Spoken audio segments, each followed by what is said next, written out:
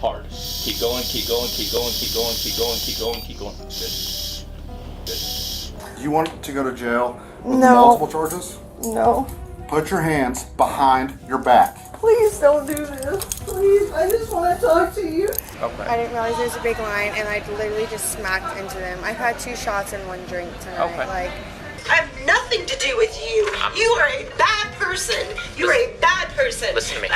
Join us as we unravel 4 unbelievable stories of school teachers caught in the act of police body cams. Our first incident involves an elementary school teacher, Jennifer Davis, from Cross Timbers Elementary School in Oklahoma City. On the early morning of September 7th, 2023. Hey, how we doing? Good. Can we clear the room? This is Jennifer Davis. Hi, Jennifer. Jennifer, how you doing? You too. So, we talked to Miss Davis a little bit about some reports that we received as late as this morning, and so she understands, and she said she'd be willing to meet with you and talk to you. Okay. But we want to give you all some privacy too. So is this a suitable? Yeah, this is fine. place? Yep. We'll just step out here. The officers asked the school administration for a private room where they could interview the teacher and find out the truth.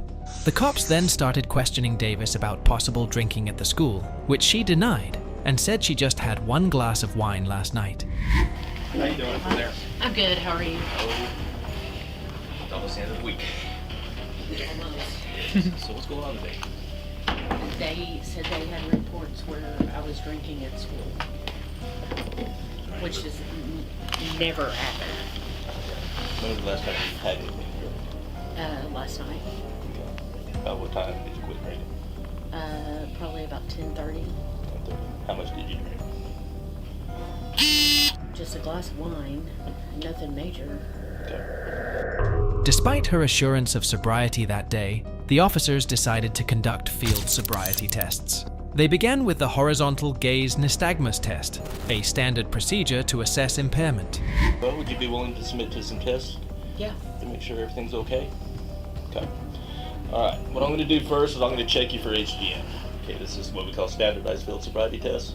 Okay.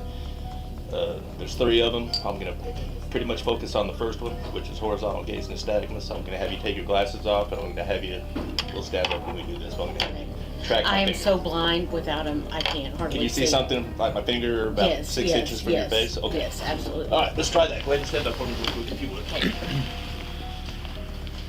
Heel to heel, toe to toe, arm straight down to the side. Okay. You say you wear glasses.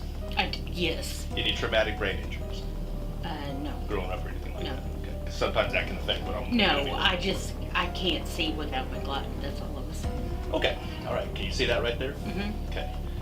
I want you to follow this right with your eyes and your eyes only. Don't move your head. You understand? Mm-hmm. Okay. Let's track on that.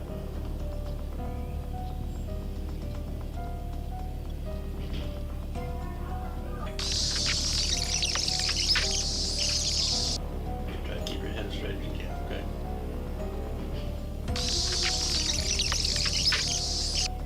Sorry. I'm nervous, so I get it.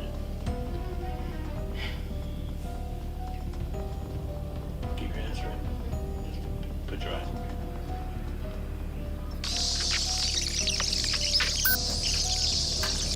Okay, we're gonna go way up this time. Okay, just follow right here.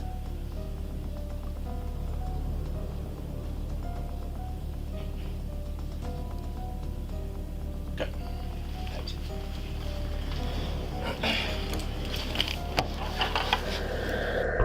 As she performed the HGN test, the officer observed her eyes for signs of nystagmus, noting clues like onset before 45 degrees and lack of equal pursuit. Miss Davis, visibly nervous, struggled to maintain composure. Next up was the portable breathalyzer test. In spite of her protest of being sober, Miss Davis agreed to take the test. Okay, what's going to happen is when this thing tells me it's time to blow, I'm going to have you reach over with your mouth and blow into that as hard as you can until I tell you to stop. Big deep breath, blow. Hard. Keep going, keep going, keep going, keep going, keep going, keep going, keep going. Good. Good.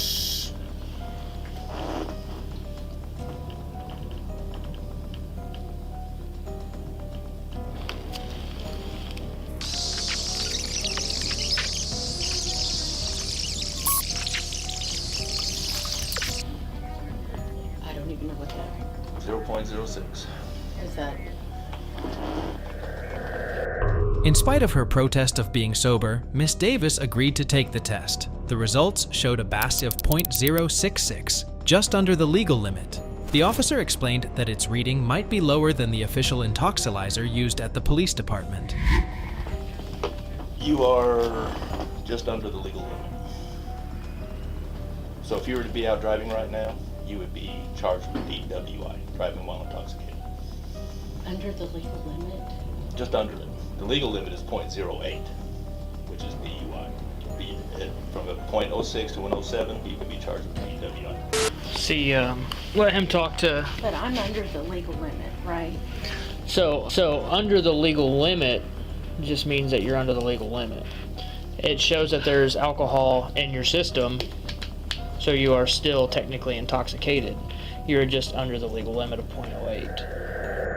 The officers clarified that even though she was under the legal limit, it indicated intoxication. But Davis looked nervous and shocked at the same time, and insisted she hadn't consumed any alcohol that day. I haven't had anything to drink today.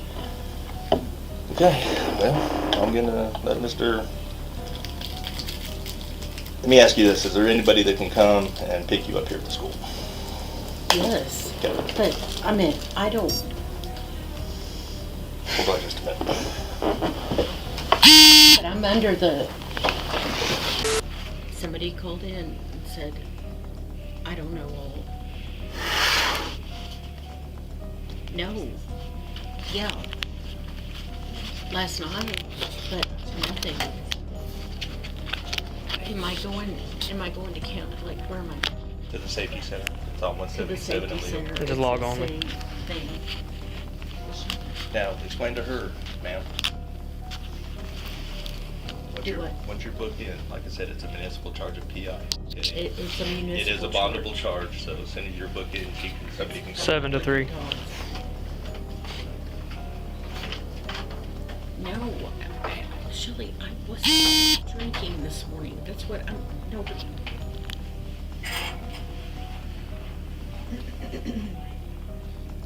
Okay. Is there anybody that can come out there and get me?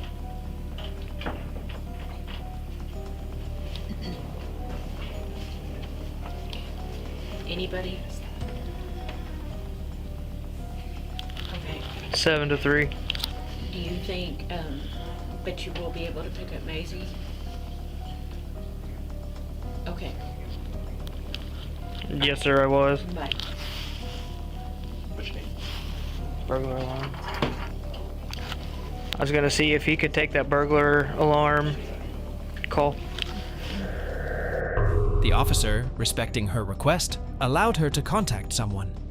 As Miss Davis made the call, the officers discussed the legal implications. The officer continued to explain the legal aspects to Miss Davis, emphasizing the gravity of the situation.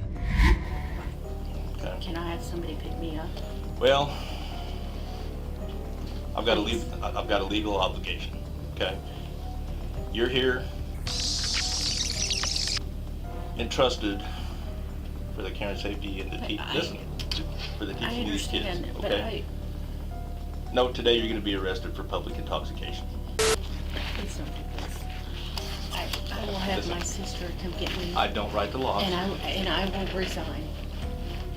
I Well, will that's going to resign be and not. that's something you're going to discuss with the administration here. But I've made my decision. Okay. It's zero tolerance.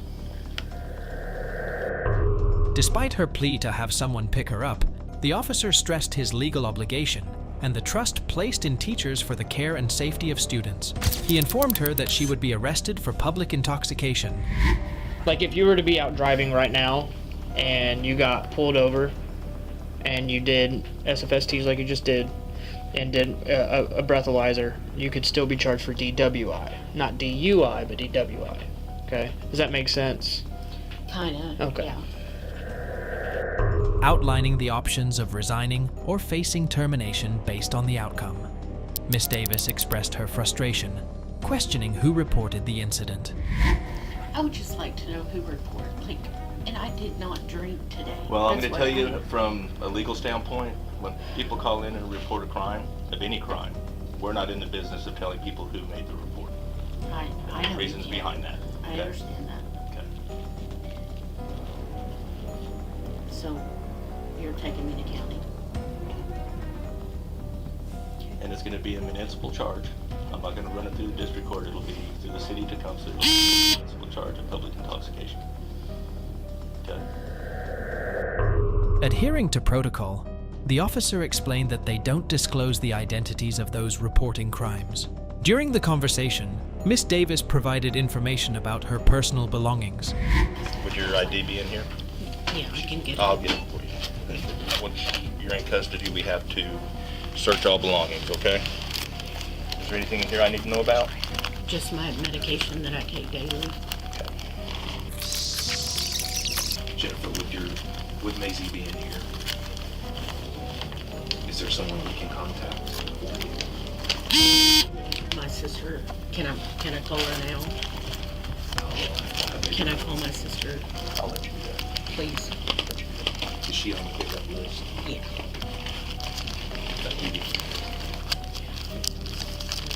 You take any prescription narcotic? I take Xanax. When do I take that? Good. This morning I take it, and then it's prescribed by Is my that for doctor. anxiety? Yes. Clear. It's so messy, but on the side is where my license is. Clear. Miss Davis questioned if the incident would make the news, to which the officer acknowledged the likelihood of media attention. Alright, go ahead and put your hands in front of you with your thumbs facing up, please. What is my, is this gonna go like on the news? Mr. Kinsey? Chances are it will, Jennifer. I don't have control over what we put on the news, but there's a good chance that once this gets reported, then there will be statements we'll have to release, and notes we'll have to send home to parents, and then news reporters will probably show up. I will be as discreet as I can in terms of how I handle it. Could we, please, I've never been in trouble in my life. I understand it, but again, that's not up to me. I'm not going to go pushing anything out there until they show up with that. Okay? You did not. But we've got to respond and let people know that we follow our policy. As they proceeded to the officer's car, the reality of the legal process and potential consequences became more apparent to Miss Davis. Jennifer, just follow me. We'll go to my car and take you up to the jail. Thank you. Yes, ma'am. Go this way. 7 Central, 10:15, 1 female.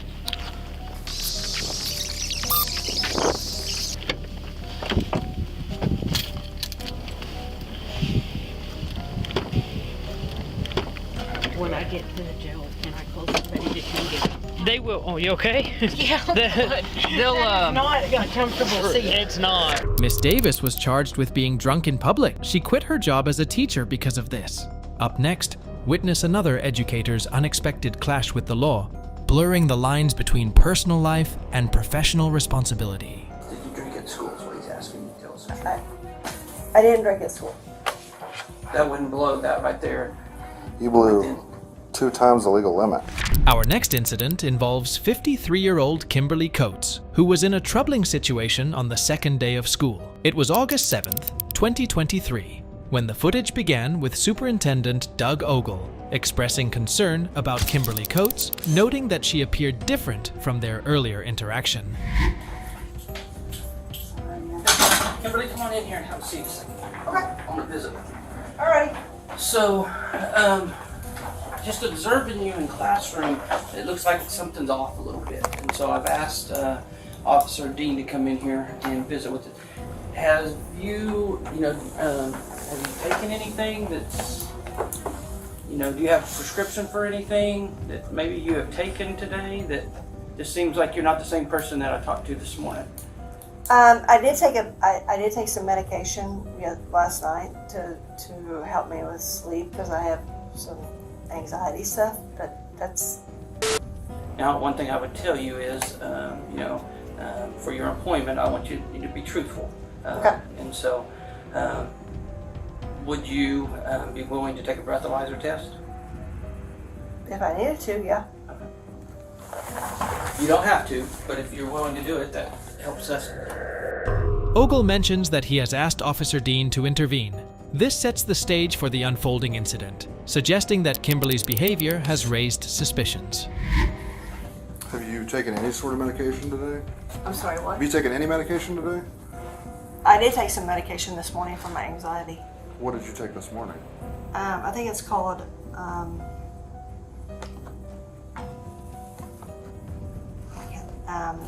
clozapine. I'm not very good with it. Did you take it here at school? I took it this morning. While you were here? Yeah, right before I came in, yes. Okay. Is it a prescription? Because you changed your story a little bit. Now Yeah, you you said it was took- last night. Yeah. Well, I took one last night and then I took one this morning because my anxiety was really, like, bad. Well, that's understandable, but I just need you. So what time did you take it? This morning? Whenever you took it last, what time was that? I'm not really for sure. Where's it at? In your car? In your classroom? No, I had one. I took it I put it in my pocket, and then I took it. You put it in your pocket? Yeah. Because I didn't want to bring the whole bottle in. You do know that if it's a narcotic, you have to have it in the bottle, right? Or you can be charged with it?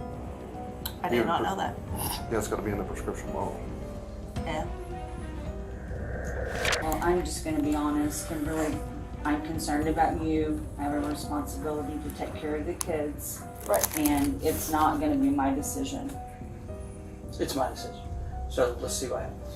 All right. All right, so you're gonna blow into it like you're blowing up a balloon, okay? And you're gonna keep blowing until I tell you to stop. Until I tell you to stay. Until I tell you to stop, okay? All right. All right, give it just a second. I don't know how to do this. You're just gonna blow into it like you're blowing up a balloon as soon as I tell you to. All right, ready? Take a big deep breath. Blow, blow, blow, blow, blow, blow, blow, blow, blow, blow. All right, stop. Good job.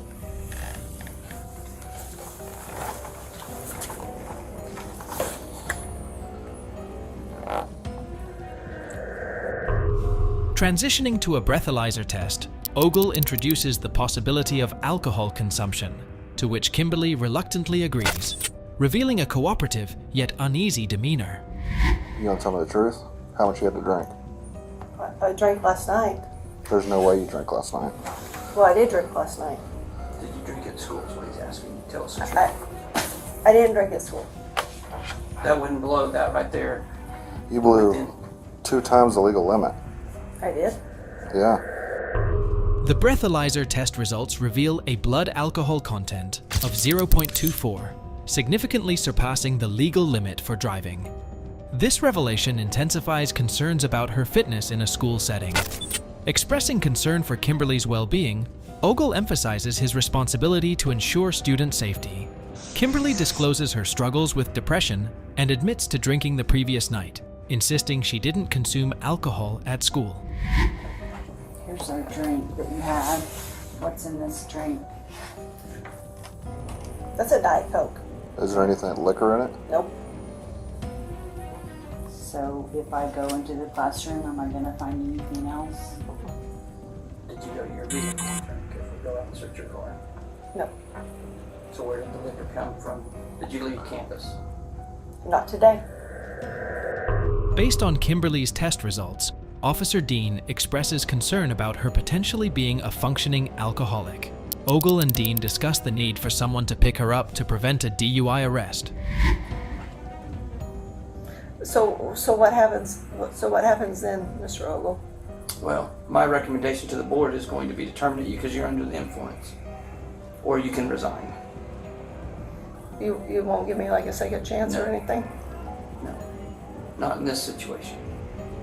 Your story's changed 2 or 3 times. I don't think you're personally being honest with us. What? We think that you drank today. Not 3 a.m. We think that you've drank since you've been at school.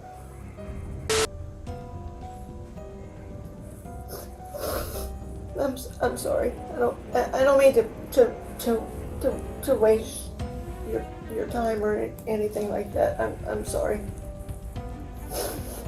I just want someone to come pick you up so I don't have to humiliate you by walking out. No, I don't. No, please don't do that. Then Please. let's call someone. We need a number right now to call, or I'm done. Okay? Okay. As Kimberly's emotional state intensifies, Ogle and Dean discuss the urgency of someone picking her up. Concerns about potential consequences, including job loss, are expressed, and Ogle questions the consistency of her stories. I'm gonna have Spencer come in the back way, and I'll take her out the back way. Oh my God. But she's lied, and Mr. Ogle found a cup that had wine residue in it on her desk. So something coats. She's a new teacher. I'm in Miss Bowles' office, but I'm trying not to totally humiliate this lady, but she's working on it because she wiped the cup out. So. The confrontation reaches a critical point as Kimberly admits to drinking on her way to work. Ogle discusses potential outcomes, such as a meeting the next day and the school board's decision on her employment. Officer Dean makes the decision to arrest Kimberly, leading to heightened pleas and emotional distress as she grasps the gravity of the situation. No. Can I just walk out without the handcuffs on? No, please just let me walk out. No, it's policy.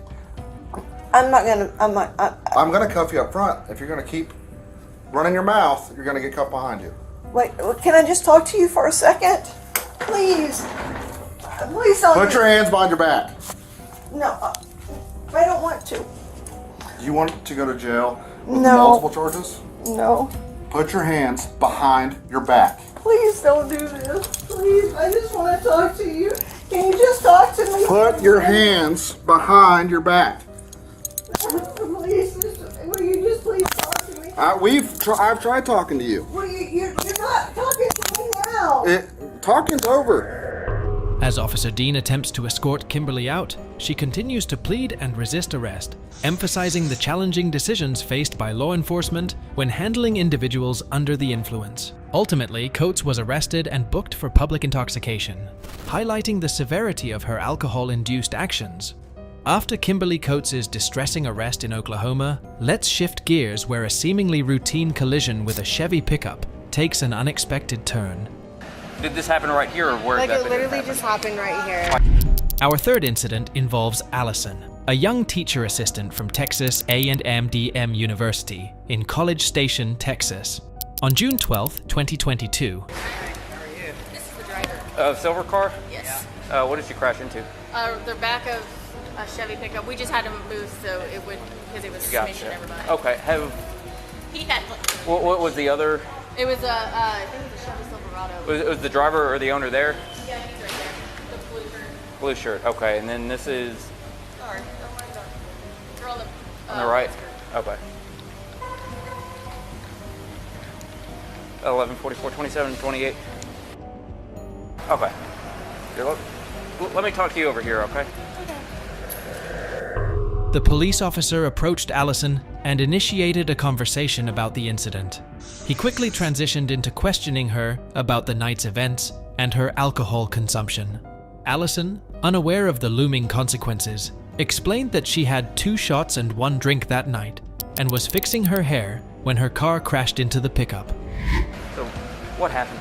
No, honestly, the AC in my car is out. I was fixing my hair. I didn't realize they were braking as fast as they were. Okay. I didn't realize there was a big line, and I literally just smacked into them. I've had 2 shots and 1 drink tonight. Okay. Like, So, did this happen right here, or where like did it that literally just happened right here. Like right by the entrance? Yeah, like I was just fixing, like the AC in my car is out. Like I was just sweaty and I wasn't being smart. I'm sorry. So you were parked upstairs somewhere? I was parked literally on the, I think, 3rd floor. Okay. Go ahead. Upon further investigation, the officer, suspecting intoxication, decided to conduct field sobriety tests right there in the parking lot. The horizontal gaze nystagmus test, designed to detect involuntary eye movements associated with alcohol impairment, revealed notable signs. Would you be willing to do a couple tests to make sure it's good for you to be driving tonight? Absolutely. Okay. We'll go down here where it's flat, okay? Okay. Yeah, so you can just walk with me, all right?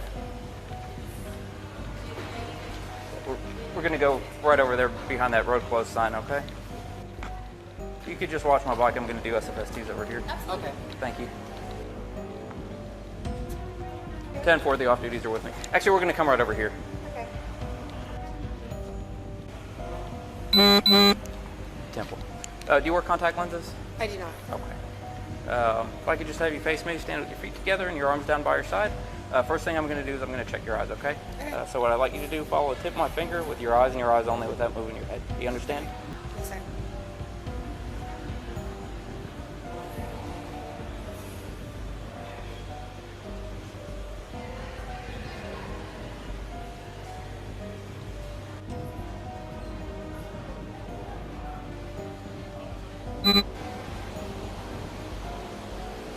Same thing, just up and down, okay?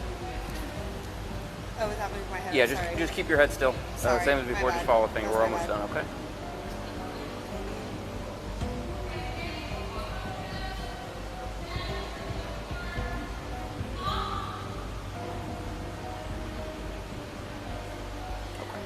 Are you comfortable walking in these shoes? Yeah, absolutely. Okay. As the officer continued his investigation, he transitioned to the walk and turn test. Unsurprisingly, Allison struggled with this test too. Despite Allison's attempt to justify her ability to drive, the subsequent one-leg stand test painted a concerning picture of her coordination and balance. This next test we're going to do is called the walk and turn test, sort of what it sounds like. Would you agree that this area of the pavement is relatively flat and level, wouldn't interfere with your ability to walk or balance normally? Okay. Would you agree that you're going to do the test here, or are you okay doing it right here? Okay. So for the purpose of this test, we're going to use this unpainted part of this line here. Like the concrete, not the white line. Yeah, like the thing in between the two white lines. So if you could place your left foot on that line. See what they do with the videos. Yeah, I'm going to show you, okay? So if you could place the left foot on the line, place your right foot directly in front, touching your heel to your toe, and place your arms down by your side. Sorry. And stay just like that until I tell you. Do you understand? Yes, sir. Okay. So when I tell you to begin, I'm going to have you take a series of 9 heel-to-toe steps down the line. Turn around like I'm about to show you, then take 9 heel-to-toe steps back up the line. 9? Yeah, let me finish the test and sorry. I'll tell you when to begin. When you're doing this, you're going to look down at your feet, count your steps out loud. 1, 2, 3, so on and so forth until you reach 9. And leave your lead foot planted and take a series of small steps to turn around just like this. And take 9 heel-to-toe steps back up the line. 1, 2, 3, so on and so forth until I tell you, until you reach 9. So when you're doing this, look down at your feet, count your steps out loud. Yep. Keep your arms down by your side. Hold on, I'm not quite done explaining. Okay. So when you're doing this, look down at your feet, keep your arms at your side, count your steps out loud, and once you begin, don't stop the test until you finish. Do you understand? Yes, sir. Okay, you can begin. 1, 2, 3, 4, 5, 6, 7, 8, 9. Turn now. Yep, turn just like I showed you. 1, 2,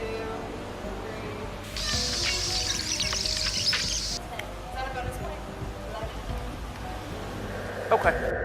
The officer then asked how much she would rate herself on those tests, and she ranked herself 8 out of 10.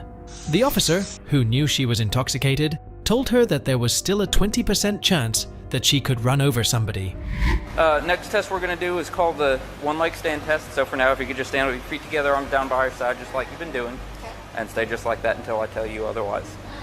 So when you begin, I'm going to have you lift up one foot. It doesn't matter which one. Hold it level with the ground, about 6 inches above the ground. Keep your legs straight, look down at your toe, and count out loud 1001, 1002, 1003, so on and so forth until I tell you to stop. Do you understand? Yes, sir. I'm not gonna lie. I just did leg day with my first meeting. Okay. But I think I got it. Okay. All right. You Can I start now? Yeah, you can begin. Until you tell me to stop? Yep. Okay, perfect. 1001, 1002, 1003, 1004. Keep going. 2010, 2011, 2012, 2013, 2023, 2024. Okay, you can put your foot down. What happened to your knee? Honestly, I don't know. How did you think you did on those tests? I feel like I did fine, to be honest. Okay. Felt like you did fine? Like if you had to rate yourself, are we talking like 60%, 70%, 80%, 90%? Probably like at 8, like at least passing, yeah, like So like 8 out of 10? Yeah. Okay. Hypothetical, do you think if you were to drive at an 8 out of 10 is necessarily safe if there's a 20% chance you might be running somebody over or hurting yourself? Honestly, no. Like, I would obviously always want my friends to be with someone who's like 100% okay to drive. Like, Okay. that's obviously, but like, yes, I thought I was okay to get to get Okay. Gotcha. I definitely didn't think I was too drunk to drive. Okay. I didn't even finish my drink tonight. Gotcha. Okay. Well. As the officer continued his investigation, he questioned Allison about the drinking timeline, the types of drinks, and the establishments she visited. The conversation highlighted the potential risks of her decision to get behind the wheel. With evidence mounting against her, the officer made the decision to arrest Allison for driving while intoxicated. The arrest process unfolded in the parking lot, with Allison expressing frustration and disbelief. Tensions escalated after Allison's arrest when one of her friends showed up, bombarding the officer with questions. Based on everything that's happened tonight, okay, with the crash that happened here, signs of intoxication I'm seeing, performance on these tests, I don't think it's safe for you to be driving tonight, okay? Can I have my friend take me home? Nope. So if you can place your hands behind your back, you are under arrest for DWI right now, okay? Just move your hands away just a little bit from your back.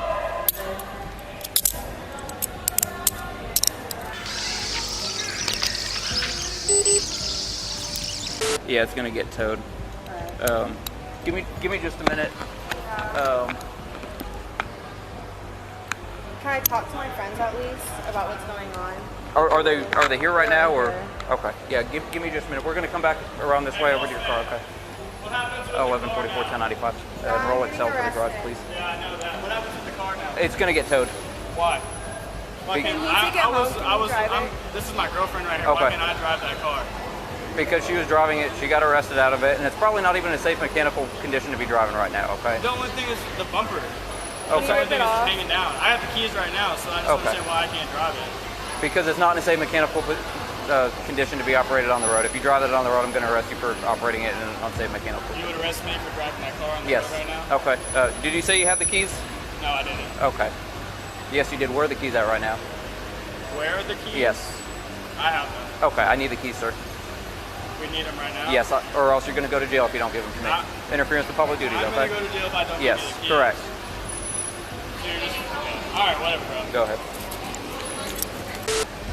Yeah, your phone's on that car right here. I got it. Temple. It don't matter. It don't matter. Hey, let's walk around this way to the side of the fence, okay? We're just going to come up here in this concrete area, okay? Yeah. Hey, do you have anything that you want out of the car? Alright, I'm just gonna go grab your phone. Can I go grab the phone? I will grab it in a second, okay? Just stay out of the car for right now, okay? I'll grab it in just a moment. It's on the car right there. It's on the side. I'll go grab it in a second, okay? Got you. Hey, hey, is she unrelated? Unrelated, but incredibly intoxicated. Okay. Nothing more with her than just being drunk? I got her car got parked over there. Okay. But like no fights or nothing violent, No, right?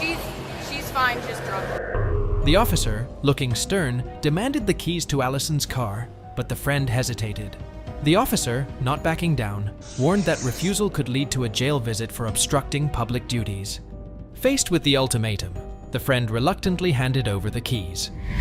I'm going to grab your information in a second. I'll explain all the... I have no damage on my truck. Gotcha, okay. But I still need to grab your information and your vehicle's information just because it was involved, okay? Well, they want me to talk to this guy. Give me just a moment. I'm going to come back and talk to you and explain it all to you after I finish up right here, okay? Amid this, the officers interacted with Allison's friends, returning her belongings. Despite pleas from her friends, the officer insisted that Allison's car could only be towed away. A warrant document was produced, and the officer, holding it up, read aloud the details of her arrest and the charges she faced. After some time, the decision was made to transport Allison to jail. Officers escorted her to a police custody vehicle waiting outside. Allison was subsequently charged with driving while intoxicated, a Class B misdemeanor. And that's not all. Our last incident involves an elected official, school teacher, and bus driver too. But who is that person? Let's find out. I have nothing to do with you. You are a bad person. This incident involves Andrea Jenkins, a Washington County Justice of the Peace, and a teacher and bus driver for the Prairie Grove School District.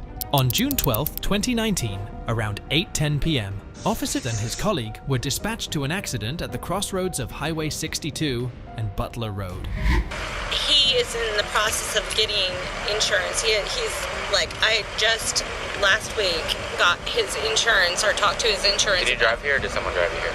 Do what? Did you drive here? I drove here. How much have you had to drink tonight? Not much. I was at home and then my son called me. The incident involved a 16-year-old male in a two-vehicle collision. Seeking insurance information, the young driver mentioned that his mother was en route. At the scene around 8:50 p.m., Jenkins arrived in a small silver car. Officer approached her to inquire about insurance, and immediately, a strong odor of intoxicants caught his attention. Yeah, well, what we're going to do since you drove here, we're going to do some tests to make sure you're all right to be driving. Fine. I'm a justice of the peace. I'm an elected official. Please. Well, you can either call a ride. What was I supposed to do? Step on that line and face me. Face you? Yeah, face me. Face you? Yeah, face me. No, face my direction. Oh, okay. There you go. Like I said, he I'm an elected official. He called me. He called me because he was in an emergency situation. I thought you told me to walk up the line. I was here for my son. He was in an accident, not for this. This is the only reason why I got out of my car. Dude, take me home. I'm not being Let them take me home. I'm not being a Let them take me home. What I need you to do. I am a justice of the peace on Washington County Quorum Court. Look at me. And I know Sheriff Helder. He is a friend of mine. I know him too. Sheriff Helder is a friend of mine. Call him. I didn't ask you to have your mom be on the way. It's not her fault. It's not my fault. I'm here for my son. Do you want to do the test? Yes. You're being a jerk. No, I'm not. You are. I'm trying You're being a jerk. Why are you being that way? Upon questioning, Jenkins admitted to driving to the accident and claimed to have consumed 2 glasses of wine. On the other hand, she got fully emotional, saying she was there only for her son because it was an emergency, thinking that the officer would ignore this. But things would be tougher then. Officer Aarons then proceeded to conduct standardized field sobriety tests on Jenkins. How old are you? I'm 24. You're 24. I'm 41. Okay. Do you have kids? Yes. Okay. So understand the fact that when your child calls you and they've been in an accident, you're going to be there no matter what. Not if I've been drinking, no. That's not true. I'm going to talk to Judge Woods. Jenkins got angry hearing this and claimed that she was an elected official and the officer could not do that to her. But as the tests were performed, it was unfortunate that her performance aligned with that of an intoxicated person. No, I am a officer of the court. I don't care who you are. Stop. Do you stand? I refuse. Put your hands behind your back. No. Put your hands behind your back. Don't resist. No. I'm a 3rd grade teacher. I have to go to professional development tomorrow morning. When the officer decided to arrest her and asked to place her hands behind her back, Jenkins resisted and began yelling for her family to record the incident. Stop. Record this! It's being recorded. Can we drive her home? No, she's going to jail. You're over here accusing me of saying something that I never said. Cops lie all the time. We all know that. Okay, go ahead. Go ahead. Thank you for being understanding. Cops lie all the time. Go ahead. Have a good evening. Have a good evening. Go. I appreciate your help. I appreciate it. No, because you can go, sir, or you're going to be arrested for obstruction. You better go. Go. Yes, my investigation route. How do we get her? Good luck to you, okay? How do we get her back? Good luck to you. And good luck to you. Well, have a good evening. Cops lie all the time, sir. Well, he watches YouTube videos all the time. He's older. Well, I don't. But it's going to get towed. Despite the officer's explanation that the situation was being recorded on his body-worn camera, Jenkins continued to yell and resist, asserting that she had only driven to the scene for her son and was a 3rd grade teacher. Left with no choice, officer placed Jenkins in handcuffs, double-locked them, and secured her in the back of the patrol vehicle. I was elected for a reason, and I am a law-abiding official. I was drinking at my home. My child got in a car wreck. So? My child got in a car wreck. What would you do? What would you do if your child got in a car wreck? Her father, attempting to intervene, proposed taking her home, but the officer stood firm. Jenkins was bound for jail. Jenkins became more emotional, expressing disbelief and frustration. As the patrol vehicle navigated through the town, Jenkins continued to assert her innocence, weaving stories of 3 glasses of wine and the sole mission of aiding her son. Her professions of being a teacher, bus driver, and justice of the peace were repeated like a mantra, as if these titles could absolve her from consequences. I'm a school teacher, a bus driver, and an elected official, and you arrested me. I just wanted to get to my kid. Anything to do with you, Officer Perez? I have nothing to do with you. You are a bad person. You are a bad person. Listen to me. A good person would have let me go home with my dad or my brother because I went to my son's wreck.